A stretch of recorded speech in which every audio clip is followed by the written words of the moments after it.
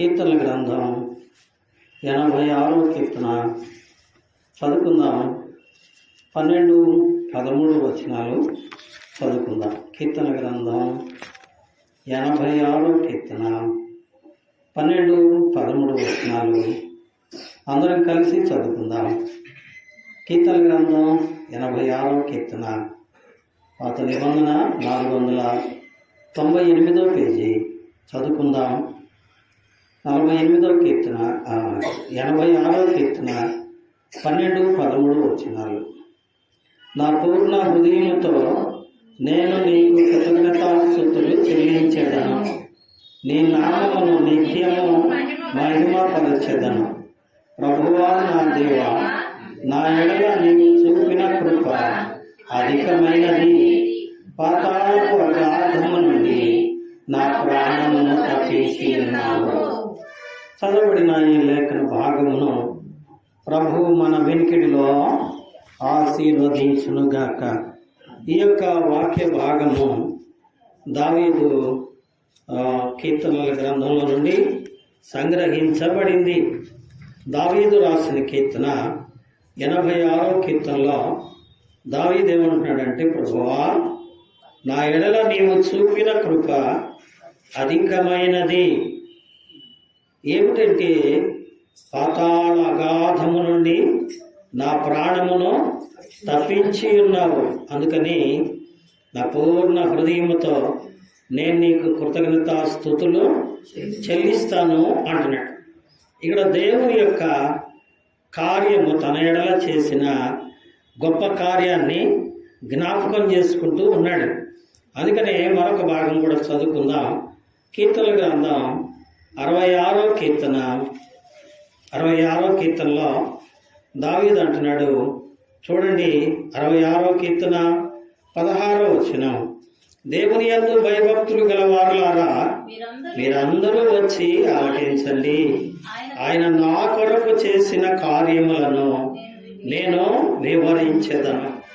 దావీదు ఇక్కడ చెప్పిన మాటలు కూడా ప్రియులారా, దేవుడు తన కొరకు చేసిన కార్యములు, నిజంగా దేవుడు తన ఎడల చేసిన కార్యాలు, ఆ గొప్ప మేలులను జ్ఞాపకం చేసుకుంటూ ప్రభు యొక్క ఉపకారాల్ని జ్ఞాపకం చేసుకుంటూ ప్రభువును స్తుతిస్తూ ఉన్నాడు. ప్రియులారా గమనించండి, వాస్తవానికి దావీదు ఈ కీర్తన పాడుతున్నప్పుడు తన మనసులో ఏముందంట? బాధ ఉంది. మామూలు బాధ కాదు. ఎటువంటి బాధ? చూడండి 61వ కీర్తన 2వ వచనం, లేదా మొదటి వచనం చదువుదాం. 61వ కీర్తన. దేవుడు లేచిగాక, ఆయన శత్రువులు చెదిరిపోవుదురు గాక. ఆయనను ద్వేషించువారు ఆయన సన్నిధి నుండి పారిపోవుదురు గాక. పొగ చెదరగొట్టబడినట్లు నీవు వారిని చెదరగొట్టుము. అగ్నికి మైనము కరుగునట్లు భక్తిహీనులు దేవుని సన్నిధికి కరిగి నశించుదురుగాక. నీతిమంతులు సంతోషించుదురుగాక. 61వ కీర్తన అండి, 61వ కీర్తన మొదటి నుంచి చదువుతున్నాను. దేవా నా మొర్ర ఆలకింపుము, నా ప్రార్థనకు చెవియొగ్గుము. నా ప్రాణము తల్లడిల్లగా బుధిగంతముల నుండి నీకు మొరపెడుతున్నాను. ఎలా ఉందంటే ఆయన ప్రాణము తల్లడిల్లిపోతూ ఉంది. అంతేకాదు ఇంకో మాట కూడా చూద్దాం. చూడండి 57వ కీర్తన, 57వ కీర్తనలో కూడా అతడు ఏమంటున్నాడు చూడండి. 57వ కీర్తనలో ఏమంటున్నాడు చూడండి. నా ప్రాణము సింహముల మధ్య ఉన్నది, కోపోద్రేకుల మధ్య నేను పండుకొనుచున్నాను. వారి దంతములు శూలములు, అవి అంబులు, వారి నాలుక వాడిగల కత్తి. చాలండి. ఇంకా 6వ వచనంలో కూడా చూస్తే, నా అడుగులు చిక్కించుకున్నటకై వారు వలయొడ్డిరి, నా ప్రాణము కృంగి ఉన్నది. ఎలా ఉందట? ప్రాణము తల్లడిల్లిపోతున్నది, ప్రాణము కృంగి ఉన్నది అంటాడు. ఇంకా 59వ కీర్తన 3వ వచనంలో నా ప్రాణము తీయవలెనని వారు పొంచి ఉన్నారు. ప్రియులారా గమనించండి, ఇక్కడ అతను చెప్పిన మాటలన్నిటిలో కూడా అతడు ఏమంటున్నాడంటే, ప్రభువా నా ప్రాణము కృంగి ఉండగా, ప్రభువా నా ప్రాణము తల్లడిల్లుచుండగా, ప్రభువా నా ప్రాణము తీయవలెనని జనులు నా కొరకు ఎదురు చూస్తుండగా. ఎందుకు ఎదురు చూస్తున్నారు వాళ్ళు?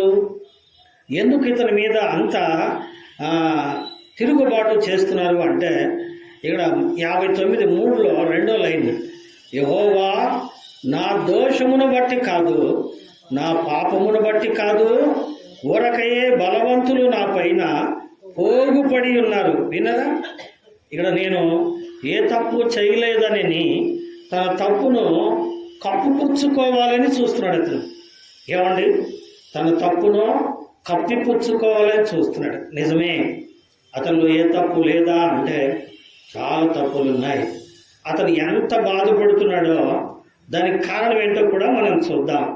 అందుకనే చూడండి 32వ కీర్తనలో అతనే ఏమంటున్నాడంటే, 32వ కీర్తనలో ప్రియులారా ఏమంటున్నాడు గమనించండి. ఏమంటున్నాడు? నా దోషము కప్పుకొనక. 5వ వచనం, నీ ఎదుట నా పాపమును ఒప్పుకొంటిని కదండి. అదే కాదు, 2వ వచనంలో అంటాడు, యెహోవా చేత నిర్దోషిని ఎంచబడిన వాడు ధన్యుడు, ఆత్మలో కపటము లేనివాడు ధన్యుడు. ప్రియులారా ఈ మాటలన్నీ చదివినప్పుడు దావీదులో కొన్ని పొరపాట్లు ఉన్నాయి. దావీదు చేసిన తప్పును బట్టి జనులు తిరుగుబడ్డారు. దావీదు చేసిన తప్పును బట్టి తన ప్రాణం తల్లడిల్లిపోతుంది. ఒక మనిషి తల్లడిల్లిపోతాడు. ఎప్పుడు తల్లడిల్లిపోతాడండి? ఏమండి, లోకంలో తనకు ఎదురు తిరిగినప్పుడు. అంతేకాదు తన వారు అనుకున్న వారు కూడా తనకు ఎదురు తిరిగినప్పుడు. అంతేకాదు తన అపాయ స్థితిలో ఏమీ చేయలేక నిస్సహాయుడై పడి ఉన్నప్పుడు ఏమవుతాడండి? మనిషి కృంగిపోతాడు. గమనించరా, కృంగిపోతాడు. అందుకనే నా ప్రాణము కృంగి ఉన్నది, నా ప్రాణము తల్లడిల్లిపోతుంది అంటున్నాడు. ఎందుకు ఆ స్థితి వచ్చింది అంటే, దేవుని బిడ్డలారా గమనించండి, దైవ వాక్యంలో దావీదు చేసిన పొరపాటు ఒకటి ఉంది. ఏమిటా పొరపాటు అంటే, ప్రియులారా దేవుని వాక్యంలో మనం చూస్తే మీరు గుర్తుపెట్టుకోండి, సమూయేలు మొదటి గ్రంథం 30వ అధ్యాయంలో మనం చదివితే 30వ అధ్యాయంలో దావీదు ఫిలిష్తీయులతో కలిసి ఏమండి ఇశ్రాయేలు సైన్యములకు వ్యతిరేకముగా యుద్ధమునకు వెళ్ళెను అని ఉంది. ఏమండి, యుద్ధమునకు వెళ్ళెను అని ఉంది. మీ తర్వాత చదువుకోండి, ఇప్పుడు సమయం వృధా అవుతుంది. కాబట్టి అతడు చేసిన పొరపాటు ఏంటి అంటే ఫిలిష్తీయులతో స్నేహము చేయటం. ఫిలిష్తీయులు ఎవరు? దేవునికి వ్యతిరేకులు, దేవుని పిల్లలకు వ్యతిరేకస్తులు, దేవునికి అవమానకరంగా బ్రతికేవారు, శరీరులు. అటువంటి వారితో స్నేహం చేశాడు. ఏమయ్యా ఫిలిష్తీయుల దేశం ఎందుకు వెళ్ళావు, అక్కడ వారితో ఎందుకు సావాసంగా ఉన్నావు అని అంటే దావీదు చెప్పే మాట ఏంటంటే, సౌలు నన్ను తరిమి కొట్టాడు. ఏమండి, సౌలు నన్ను తరిమి కొట్టాడు, నా మీద ఈర్ష్యతో నన్ను చంపాలని చాలాసార్లు ప్రయత్నము చేశాడు. అంతేకాదు సౌలు నన్ను పట్టుకొని చంపిన వారికి బహుమతి ఇస్తానని ప్రకటన చేశాడు. అందుకని చాలామంది నా వెంట పడ్డారు, నన్ను చంపాలని ప్రయత్నము చేశారు. అందుకని నేను పారిపోయి ఫిలిష్తీయుల దేశములో ఉన్నాను అంటాడు. నిజమే ప్రియులారా, మనకెంత కష్టం వచ్చినా మనం దేవుణ్ణి విడిచిపెట్టిపోకూడదు, దేవుని పిల్లల నుంచి వేరు కాకూడదు. దావీదు చేసిన తప్పదే. దేవుని పిల్లలకు వ్యతిరేకంగా అతడు యుద్ధం చేయడానికి సిద్ధపడ్డాడు. ఎందుకంటే ఫిలిష్తీయుల రాజు అతనికి స్నేహితుడయ్యాడు. అతని స్నేహాన్ని నిలుపుకోవడం కోసం ఆ ఫిలిష్తీయుల దేశంలో తనకొక పట్టణాన్ని ఇచ్చాడు, సిగ్లాగాని. ఆ పట్టణాన్ని తను నిలుపుకోవటం కోసం ఏమండి ఈ నిర్ణయమో తీసుకున్నాడు. అయితే ఒకానొక సమయంలో ఒక భయంకరమైన కార్యమో జరిగింది. చదవండి, సమూయేలు మొదటి గ్రంథం 30వ అధ్యాయము. సమూయేలు మొదటి గ్రంథం 30వ అధ్యాయము చూడండి, 3వ వచనం, 3వ వచనం, దావీదు 4వ వచనం. జనులను పట్టణమునకు వచ్చి అది కాల్చబడి ఉండుటయు, దావీదును అతని జనులను పట్టణమునకు వచ్చి అది కాల్చబడి ఉండుటయు, తమ భార్యలను పిల్లలను చెరలోనికి కొనిపోబడ్డారని చూసి ఇక ఏడ్చుటకు శక్తి లేనంతగా ఏడ్చాడు. ఏం చేశాడు చెప్పండి? బిగ్గరగా ఏడుస్తున్నాడు. ఏం జరిగింది? పట్టణం అంతా కాల్చేశారు. శత్రువులు వచ్చారు. ఏమండి, శత్రువులు ఎవరండి వాళ్ళు? అక్కడే ఉంది సమూయేలు మొదటి గ్రంథం 30వ అధ్యాయంలో మనం చదువుతాం. ఆ యొక్క శత్రువులు ఎవరండి? ఎవరు అనగా అమాలేకీయులు వచ్చి ఏం చేశారట? ఆ పట్టణాన్ని తగులబెట్టి దావీదు యొక్క ఏమండి దావీదు యొక్క జనులను అందరినీ, భార్యలను పిల్లలను చెరలోనికి తీసుకెళ్లారట. ఇప్పుడు పరిస్థితి ఎలా ఉంది చెప్పండి? పరిస్థితి ఎలా ఉంది? భార్యల్ని పోగొట్టుకున్నాడు, పిల్లల్ని పోగొట్టుకున్నాడు, ఇంకా తన వారంటూ ఎవరో మిగలలేదు. రెండవది, వారి నివసిస్తున్న గృహాలు, ఇళ్ళు, వాకిళ్ళు అన్నీ ఏమైపోయినాయండి? అమాలేకీయుల చేత తగలబడిపోయినాయి. ఇల్లు వాకిళ్ళు తగలబడిపోయినాయి. భార్య బిడ్డలు శత్రువులు అమాలేకీయుల చేతులు బానిసలో అయిపోయారు. వాళ్ళు తీసుకొని పోయారు. వాళ్ళు ఎటు పోయారో తెలియదు. ఇప్పుడు జరిగింది ఏంటంటే, మీరు ముందుగా ఇంకా ముందుకు వెళితే ప్రియులారా, దావీదు బాగా దుఃఖంలో ఉండగా 6వ వచనం, దావీదు మిక్కిలి దుఃఖపడెను, మరియు తమ తమ కుమారులను బట్టి కుమార్తెలను బట్టి జనులందరికీ ప్రాణము విసికినందున రాళ్ళు రువి దావీదును చంపుదము రండని వారు చెప్పుకొని ఏం చేస్తున్నారు? ఎవరు వాళ్ళు? తన వాళ్ళే, తన బంధువులే, తన స్నేహితులే ఏం నిర్ణయం తీసుకున్నారండి? దావీదును చంపాలని నిర్ణయమో తీసుకున్నారు. ఎంత భయంకరమైన ఉద్దేశమో చూడండి. ఇప్పుడు పరిస్థితి ఏమైంది? ఇల్లు తగలబడిపోయినాయి, భార్య బిడ్డలు బానిసలైపోయారు. వాళ్ళు ఎటు తీసిపోయారో తెలీదు. ఇప్పుడు తోడున్న వారు ఇతన్ని కూడా చంపాలని ప్రయత్నము చేస్తున్నారు. ఇప్పుడు ఏం చేయాలి? ఏమండి, ఏం చేయాలి? అందుకే నా ప్రాణము తల్లడిల్లగా భూదిగంతముల నుండి నీకు మొరపెడుతున్నానయ్యా అన్నాడు. వారు నన్ను చంపవలనని వెంట పడుతున్నారు, నా ప్రాణము తీయవలనని సిద్ధపడుతున్నారు. ఏమండి, నా ప్రాణము సింహాల మధ్య ఉంది, వారి పండ్లు ఇనుప దంతాలు కదండి. అందుకనే అతని ప్రాణం ఏమైపోయింది? కృంగిపోయింది, దిగులు పడిపోయాడు, కూర్చున్నాడు. ఏం చేయాలా అటువంటి పరిస్థితిలో? నిజమే ప్రియులరా, ఇప్పుడు ఇంతకీ దావీదు తప్పు చేశారంటారా, ఒప్పు చేశారంటారా? ముమ్మాటికి దావీదు చేసింది తప్పే. కాబట్టి దావీదు తప్పును బట్టి అతనికి శిక్ష విధించబడింది. ఏమండి, శిక్ష విధించబడింది. ఎలాంటి శిక్ష అంటే అతని ప్రాణం పోయే పరిస్థితి. అందుకని రండి కీర్తనల గ్రంథం దగ్గరికి వెళ్దాం. కీర్తనల గ్రంథం 88వ కీర్తన. కీర్తనల గ్రంథం అండి 88వ కీర్తన చూడండి, 3వ వాక్యం. 88వ కీర్తన 3వ వాక్యం. నా ప్రార్థన నీ సన్నిధిని చేరునుగాక, నా మొరకు చెవియొగ్గుము, నేను ఆపదలో పడి ఉన్నాను, నా ప్రాణము పాతాళమునకు సమీపించి ఉన్నది, సమాధిలోనికి దిగువారిలో నేను ఒకనిగా ఎంచబడి తిని, నేను ప్రాణలేని వాని వలె అయితిని, చచ్చిన వారిలో విడువబడిన వాడనైతిని. నేను సమాధిలో పడి ఉన్న హతులలో ఒకని వలె అయితిని. నీవిక స్మరించని వారి వలె అయిపోతిని. వారు నీ చేతిలో నుండి తొలగిపోయి ఉన్నారు కదా. ఏమంటాడండి? అతని ప్రాణము తలడిల్లిపోతా ఉంది. ఇప్పుడు ఏమంటున్నాడు? నేను త్రాణలేని వాని వలె అయితిని. త్రాణ అంటే ఆశ లేదిక. ఏమండి? భార్య బిడ్డలు ఎవరు ఎత్తిపోయారో తెలియదు. ఇళ్ళు వాకిలి ఎవరు తగలబెట్టారో తెలియదు. ఏమండి? ఇప్పుడు పోయి వారిని రక్షించుకోవడానికి ప్రాణాలతో వెళ్దామా అనుకుంటే తనతో ఉన్నవారే ఏం చేస్తున్నారు చెప్పండి? అతన్ని చంపడానికి రాళ్ళు తీసుకొని కొడుతున్నారు. ఆశ లేదు, ప్రాణం కృంగిపోయింది. నిరాశలో పడిపోయి దిక్కులేని వాడు అయిపోయి ఏడుస్తున్నాడు.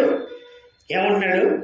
బోధిగంతముల నుండి నేను నీకు మొరపెట్టానయ్యా అంటున్నాడు. నిజమే ప్రియులారా, బోధిగంతముల నుండి ఏం చేశాడట? మొర్ర పెట్టాడట. ఏడుస్తున్నాడు. ఏడుస్తూ ఏమండి ఏం చేశాడు చెప్పండి? ఎవరిపై చెప్పుకోవాలి? ఎవరిపై చెప్తే ఎవరు తనకు సహాయం చేస్తారు చెప్పండి?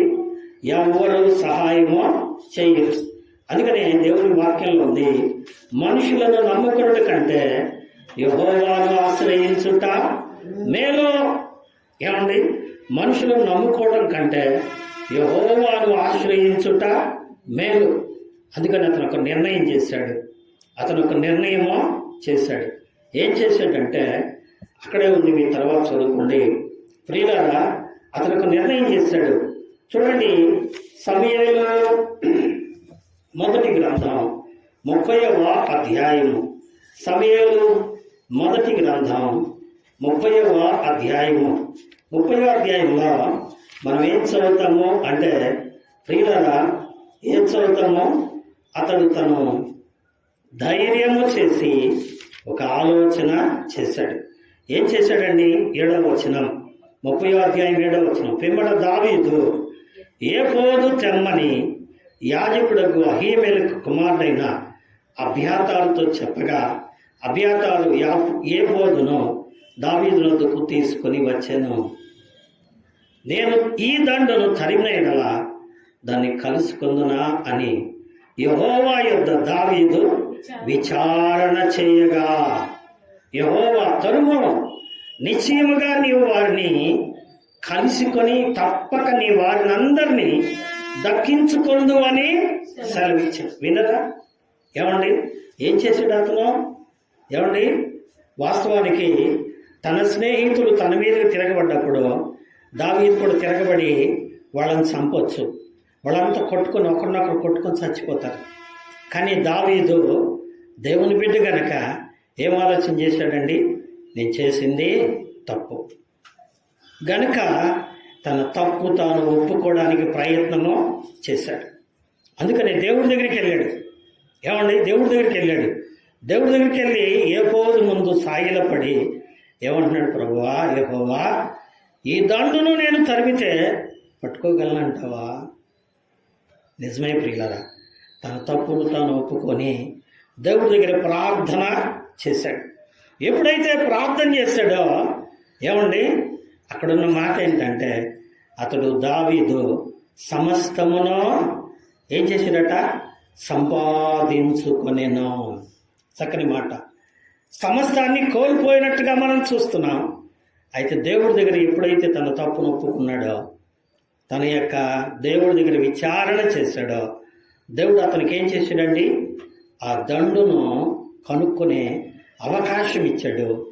ఆ దండుతో పోరాడి తన బిడ్డలను, తన భార్యలను కాపాడుకున్నాడు. ఏమండి? మరణాన్ని తప్పించుకున్నాడు. నిజమే ప్రియులారా. అందుకే దావీదు ప్రార్థన చేసి ప్రభువును స్తుతిస్తున్నాడు. నా ప్రాణము ఎక్కడుందట? యెహోవా, నా ప్రాణమును పాతాళ అగాధములో నుండి నీవు విమోచించావయ్యా. ఎందుకంటే నేను మరణంలో ఉన్నా, చావబోతూ ఉన్నా. నాతో ఉన్నవాళ్ళే నన్ను చంపడానికి సిద్ధపడ్డారు. నా యొక్క స్నేహితులు నా మీద తిరుగుబట్టాడు. నేను సమస్తం కోల్పోయా, ఇంకా నాకేమీ లేదు, ఒంటరి అయిపోయా. ఇప్పుడు నేను కూడా చచ్చిపోతే ఏమైపోతాను? అయితే నీవు నన్ను ఏం చేశావు? బ్రతికించావయ్యా. అందుకే నేను నా పూర్ణ హృదయముతో యెహోవాకు కృతజ్ఞతాస్తుతి చెల్లిస్తాను అన్నాడు. నిజమే ప్రియులారా, దేవుని వాక్యంలో ఇదే రీతిగా కొత్త నిబంధనలో ఒక వ్యక్తి ఉన్నాడు. ఒక వ్యక్తి, ఎవరా వ్యక్తి అంటే ఆ వ్యక్తి పేరేమో ఇక్కడ లేదు. లూకాసు వార్త 10వ అధ్యాయము 30వ వచనం నుండి మనం చదువుకుంటూ పోతే 37వ వచనం వరకు ఒక చిన్న సందర్భాన్ని దేవుడు అక్కడ రాయించి పెట్టాడు. అక్కడ ఒక వ్యక్తి కనబడుతున్నాడు. ఎవరా వ్యక్తి అంటే యెరూషలేము నివాసి. ఎవరండి ఆయన? యెరూషలేము నివాసి. అయితే అక్కడ రాయబడ్డ మాట ఏంటంటే, ఒక మనుషుడు యెరూషలేము నుండి యెరికో పట్టణమునకు దిగి వెళ్ళుచుండెను అని చదువుతున్నాం. ఎక్కడి నుంచట? యెరూషలేము నుండి యెరికో పట్టణానికి అతను ఏం చేస్తున్నాడు చెప్పండి? దిగి వెళుతున్నాడు. యెరూషలేము అంటే దేవుని పట్టణం, యెరికో అంటే పాపుల పట్టణం. యెరికోలో ఎవరున్నారండి? రహాబను వేశ్య ఉంది. యెరికోలో ఎవరున్నారు చెప్పండి? దొంగలు ఉన్నారు. ఏమండి? యెరికోలో ఎవరున్నారు చెప్పండి? పాపులు ఉన్నారు. యెరికోలో గుడ్డివారు ఉన్నారు. యెరికోలో వేశ్యలు ఉన్నారు. కాబట్టి యెరికో అనేది శాపగ్రస్తమైన పట్టణం. యెహోషువ గ్రంథం 7వ అధ్యాయం 26వ వచనంలో మనకు తెలుసు. యెహోషువ అన్నాడు, ఈ పట్టణము శపించబడింది అన్నాడు. కాబట్టి శపించబడిన పట్టణం అంటే ఈ లోకం. కానీ శపించబడిన స్థలమును ప్రేమించి దైవ సన్నిధిని విడిచిపెట్టి వచ్చాడు. ఎందుకు వచ్చాడు అంటే, ఏమండి, వాస్తవానికి అక్కడ ఏమేమి ఉన్నాయి మనం చూసాం. ఏమండి? దొంగలు ఉన్నారు. దొంగలు దొంగతనం చేస్తారు. దొంగల స్నేహాన్ని కోరుకున్నాడు. రెండవది, ప్రజలు వెళ్ళారు, వేశ్యలు ఉన్నారు. వేశ్య సాంగత్యాన్ని కోరుకున్నాడేమో. ప్రియులరా, మూడో వారు పాపులు ఉన్నారు. పాపులతో కలిసి పాప జీవితాన్ని జీవించడానికి ఇష్టపడ్డాడేమో.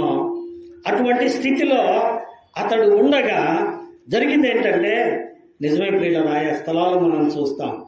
ఏమండి? అతడు యెరికో గవిని యొద్దకు రాగానే ఎక్కడికి వచ్చాట? యెరికో గవిని యొద్దకు రాగానే అంటే పొలిమేర దాకా వచ్చాడు. ఏమండి? యెరూషలేము విడిచిపెట్టాడు. ఏమండి? యెరికో పొలిమేర దాకా వచ్చాడు. పొలిమేర దగ్గర ఉండేవాళ్ళు ఎవరు చెప్పండి? కోడి పందాలు వేసేవాళ్ళు, పేకాట్లాడేవాళ్ళు, త్రాగుబోతులు, తిరుగుబోతులు, దొంగలు ఎక్కడ ఉంటారు చెప్పండి? పొలిమేరలో దాక్కుంటారు. నిజమే, ఇతను అక్కడికి వచ్చి అక్కడే ఉన్నాడు. ఎందుకున్నాడంటే, ఏమండి, దేవుని బిడ్డ అయిన ఇతను దొంగల సావాసం చేశాడేమో. ఏమండి? దేవుని బిడ్డ అయిన ఇతను పాపపు ఆలోచనలు చేశాడేమో. అందువల్ల అతను అక్కడికి వచ్చినప్పటికీ ఏం జరిగిందండి? ఆ స్థలం ముందున్న దొంగలు అతన్ని ఏం చేశారట? కొట్టారు. గమనించండి, ఈ లోకంలో ఉన్నదంతా ఏంటంట? యోహాను రాసిన పత్రిక, మొదటి యోహాను పత్రికలో మనం చదువుతాం 2వ అధ్యాయంలో, లోకంలో ఉన్నదంతయు శరీరాశ, నేత్రాశ, జీవపు డంబం. నిజమే ప్రియులారా, నిజమే. మానవుడు ఈ లోకంలో ఏం కలిగి జీవిస్తున్నాడంటే అరిషడ్ వర్గాలను కలిగి తన జీవితాన్ని పాడు చేసుకుంటున్నాడు. ఏమిటవి? కామ, క్రోధ, లోభ, మోహ, మద మత్సరాలని అరిషడ్ వర్గాలు. ఇవి ఏం చేస్తాయంటే అతన్ని అధోగతికి తీసుకెళ్తాయి, అతని జీవితాన్ని పాతాళానికి తీసుకెళ్తాయి. అటువంటి స్థితిలో వెళ్ళిపోయాడు. అతను అధముడుగా అయిపోయాడు. ఉన్నతమైన స్థలంలో ఉండాల్సిన వాడు పడిపోయి అధముడైపోయాడు. అధముడైపోయి ఇప్పుడు ఏమైపోయాడండి? దొంగల చేతిలో చిక్కి పడి కొట్టబడి ఎలా అయిపోయాడట? నేనంతా చదివించట్లేదు, సమయం వృధా చేయకూడదు. ఏమండి? కొన ప్రాణముతో ఉండెను అని చదువుతున్నా. అతడు దొంగల చేత కొట్టబడి వారు అతని వస్త్రాలను సమస్తమును దోచుకొని అతన్ని కొన ప్రాణంతో విడిచిపెట్టిపోయారట.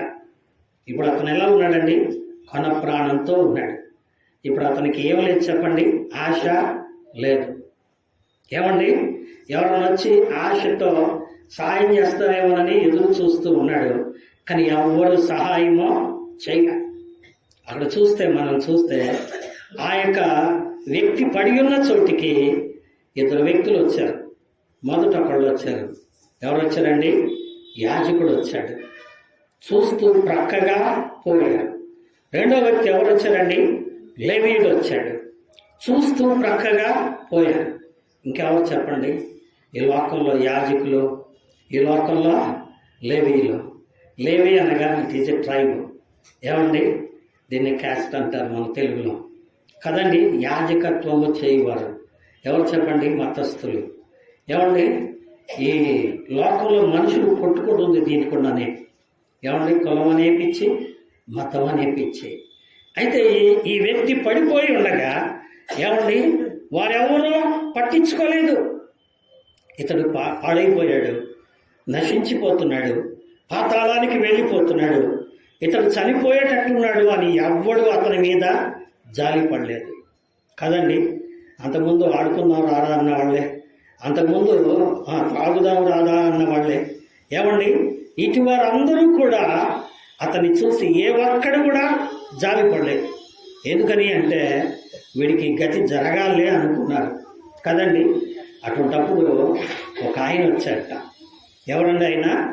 సమరయుడు అని రాశారు ఇక్కడ. ఆ సమరయుడే ఎవరు చెప్పండి? ప్రభు అయిన యేసుక్రీస్తు.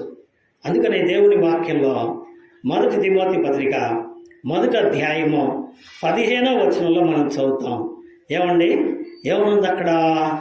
ఏమండి? పాపులను రక్షించుటకు క్రీస్తు యేసు లోకమునకు వచ్చెను. ఎవరు పడిపోయారో, ఎవరు పాడైపోయారో, ఎవరు చావు స్థితిలో ఉన్నారో వాళ్ళని రక్షించడానికి వారి మీద ప్రేమతో ఈ లోకానికి ఆయన వచ్చాడు. అందుకే ఆయన అన్నాడు, నేను పాపులను పిలువ వచ్చి తిని అన్నాడు. వచ్చి ఏం చేశాడండి? అందరూ అతన్ని చూసి ఏ ఒక్కరూ జాలిపడలేదు, పట్టించుకోలేదు. అందరూ తప్పించుకొని పోయారు. ఏమండి? వాళ్ళ దగ్గర సహాయం లేకనా? ఉంది. వాళ్ళ దగ్గర సహాయం ఉంది. వాళ్ళు ఇవ్వగద్ద శక్తి ఉన్నప్పటికీ కూడా ఎవడు సహాయమో చేయలే. ఒకప్పుడు ఇతన్ని వాడుకున్న వాళ్ళే, ఒకప్పుడు ఇతనితో సావాసమో చేసిన వాళ్ళే. అయితే చివరికి ఎవరూ పట్టించుకోలేదు. కానీ ఈయన దూరం నుండి చూసి, ఏమండి? పరలోకము నుండి తొంగి చూసి ఏం చేశాడండి? ఏమండి? ఆయన అన్నాడు, ఏ ఒక్కడు నశించుట నాకు ఇష్టమో లేదు అన్నాడు. అందుకనే ఏ ఒక్కరూ నశించకూడదని ఆయన పాపులను రక్షించడానికి రక్షకుడిగా ఈ లోకానికి వచ్చాడు. వచ్చి ఏం చేశాడండి?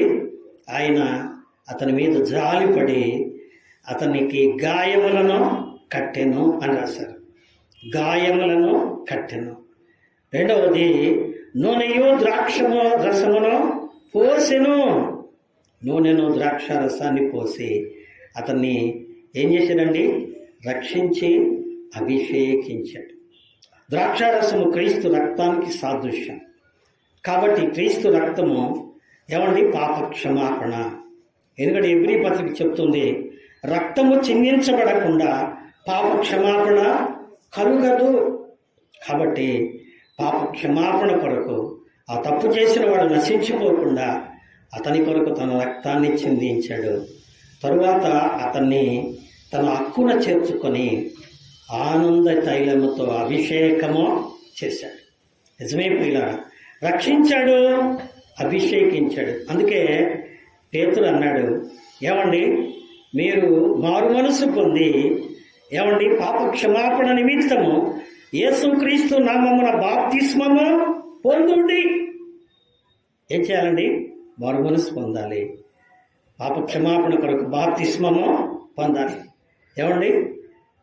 అపోస్తల కార్యం 2వ అధ్యాయంలో ఆ మాటలు ఉన్నాయి. 41వ వచనం నుండి ఆ మాటలు ఉంటాయి. ఏమండి? మీరు మారు మనసు పొంది పాప క్షమాపణ నిమిత్తం బాప్తిస్మం పొందడి. అప్పుడు ఏమొస్తుందట? పరిశుద్ధాత్మ అనే వరము మీకు వస్తుందట. ఏమండి పరిశుద్ధాత్మ నూనె, ఏమండి ద్రాక్షరసం క్రీస్తు రక్తము. ఆయన రక్తము మనలను పరిశుద్ధులనుగా చేస్తుంది. అందుకే 1 యోహాను పత్రిక 1:7 ఆయన కుమారుడైన యేసు రక్తము ప్రతి పాపం నుండి మనలను పవిత్రులనుగా చేయును. నిజమే ప్రియుల, చాలాసార్లు మన జీవితం ఇలాగే ఉంది. నిజమే, అన్నీ కోల్పోయినప్పుడు, ఎవరు జాలిపడినప్పుడు, అన్నీ కోల్పోయి ఎవరు సహాయం చేయక నిస్సహాయకుడై ఇక నా బ్రతుకెందుకని పడిపోయినప్పుడు ఏం చేశాడండి ఆయన? చూడండి దేవుని వాక్యంలో, చూడండి 138వ కీర్తన 138వ కీర్తన అండి, 3వ వాక్యం విందాం. 138వ కీర్తన 3వ వాక్యం చదవండి. 3వ వాక్యం లేదా 2 నుంచి చదివితే సహాయం కదూ, చదవండి. నీ పరిశుద్ధాలయము తట్టు నేను నమస్కారము చేయుచున్నాను. నీ నామం అంతటి కంటే నీవిచ్చిన వాక్యమును నీవు గొప్ప చేసి ఉన్నావు. నీ కృపా సత్యములను బట్టి నీ నామమునకు కృతజ్ఞతాస్తుతులు నేను చెల్లించదను. నేను మొరపెట్టిన దినమున నీవు నాకు ఉత్తరం ఇచ్చితివి. నేను మొరపెట్టిన దినమున నీవు నాకు ఉత్తరం ఇచ్చావు. నా ప్రాణములో త్రాణ పుట్టించి ఏం చేశాడట? నేను మొరపెట్టిన దినమున నీవు నాకు ఉత్తరం ఇచ్చావు. నా ప్రాణములో ఏం పుట్టించావు? ప్రాణ పుట్టించావు. ప్రాణ అంటే ఆశ. ఇందాక ఏమన్నాడండి? నేను త్రాణ లేని వాడనైతే, నీకు ఆశ లేదు, ఇక నాకు ఎవడు సాయం చేయడు, నా చేతిలో ఏం లేవు, ఎవడున్నా ఆదుకోడు, ఎవడు నన్ను పట్టించుకోడు, నాకు అతేందని కృంగిపోయిన స్థితిలో ఆయన ఏం చేశాడట? ఆశ పుట్టించాడు. బ్రతకాలని ఆశ పుట్టించాడు. ఏమండి, ఎవడు పట్టించుకోలే, నేను మొరపెట్టగా ఎవడు వినలేదు, అయితే నువ్వు విన్నావు. నా ప్రాణములు ఏం పుట్టించావు? ఆశ పుట్టించావు.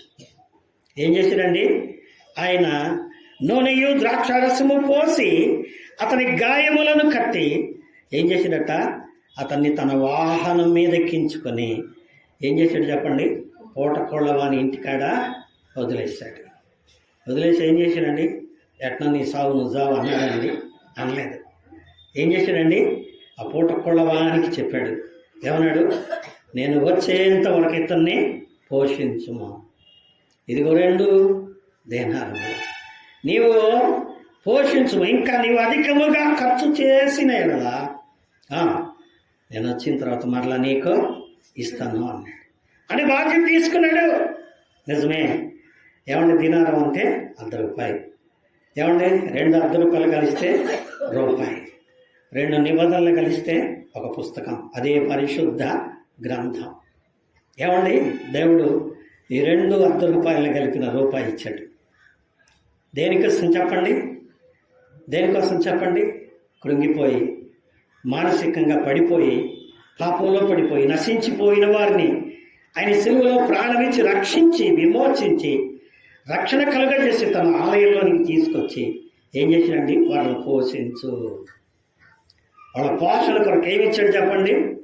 2 కలిపిన ఒకటి ఇచ్చాడు. ఏంటది? పరిశుద్ధ గ్రంథం. నేను వచ్చేంత వరకు సరిపోద్దో చాలదా? సరిపోకపోతే నేను మళ్ళా ఇస్తా అన్నాడు. సరిపోద్దా చాలదా? ఏమండి, ఇప్పటికి తెవలట్లా, ఏ మూల పూర్తిగా తెవలట్లా. నిజమే ప్రియులారా, సంపూర్తి అయినటువంటి సంరక్షణ కలుగజేశాడు. అందుకే కీర్తనాకారుడు అంటాడు, నీ మందిర సమృద్ధిలో నుండి మేము ఆనందపడుచున్నాము. దేవుని మందిరంలో ఏముందంట?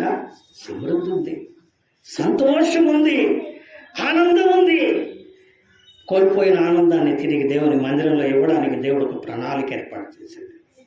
అవును ప్రియులారా, అందుకే దావీదు అన్నాడు, నా పూర్ణ హృదయముతో నేను యెహోవాకు కృతజ్ఞతాస్తుతి చెల్లిస్తా. ఎందుకంటే తలడిల్లిపోతున్న ప్రాణాన్ని, ప్రాణలేని ప్రాణాన్ని ధైర్యపరిచావు. నా కొరకు నీ ప్రాణము ఇచ్చావు. నా కొరకు నీ యొక్క ప్రాణాన్ని సిలువలో త్యాగము చేశావు. నా కొరకు నువ్వు చనిపోయి నన్ను బ్రతికించావు. మరలా నన్ను తీసుకెళ్ళడానికి నువ్వు రాబోతున్నావు. నిజంగా ఈ మేలుకు ఏమిచ్చి నిర్ణయం తెచ్చిందయ్యా? ఏమి ఇచ్చినా నీ రుణము తీరదు. అందుకే అంటున్నాడు, నా పూర్ణ హృదయముతో, విత్ మై హోల్ హార్ట్. ఏంటంట? నా పూర్ణ హృదయముతో ఏం చేస్తారటండి? కృతజ్ఞతాస్తుతి చెల్లిస్తాను. ఎందుకంటే నా హృదయంలో ఇంకెవరు లేరు, నన్ను ఆదుకున్న వాళ్ళు లేరు, నన్ను పట్టించుకున్న వాళ్ళు లేరు, నన్ను ప్రేమించిన వారు లేరు, నన్ను గౌరవించిన వారు లేరు. నువ్వు అక్కడవేనయ్యా. అందుకే నేను నీకు కృతజ్ఞతాస్తుతి చెల్లిస్తున్నాను అంటున్నాడు. కాబట్టి ప్రియ స్నేహితుడా, సోదరి, ఏ బాధలో ఉన్నా, ఏ కష్టంలో ఉన్నా, ఎవరు ఆదుకోలేదని నువ్వు దుఃఖపడుతున్నా, ఏమండి, దావీదు వలె ధైర్యం తెచ్చుకో. దేవుడి యొద్దకు రా. దేవుడు నిన్ను ధైర్యపరుస్తాడు, నిన్ను నిలబెడతాడు, ఆశీర్వదిస్తాడు. అలాగైతే దేవుడు చేసిన మేలు అనుభవించి నేడు స్థిరంగా నిలబడి ఆనందిస్తున్నావా? నీకు మేలు చేసిన ప్రభువును మరవకు. దావీదే అన్నాడు, నా ప్రాణమా, యెహోవా నీకు చేసిన ఉపకారములలో నీవు దేనిని మరవద్దమ్మా అన్నాడు. నిజమే, ఆయన మేలును మరవక కృతజ్ఞతాస్తుతులు చెల్లించి ఆయనకి స్తుతి చెల్లించుదుముగాక. దేవుడు తన మాటలను ఆశీర్వదించునుగాక. ఆమేన్, ఆమేన్, ఆమేన్. నా ప్రాణ ప్రియుడా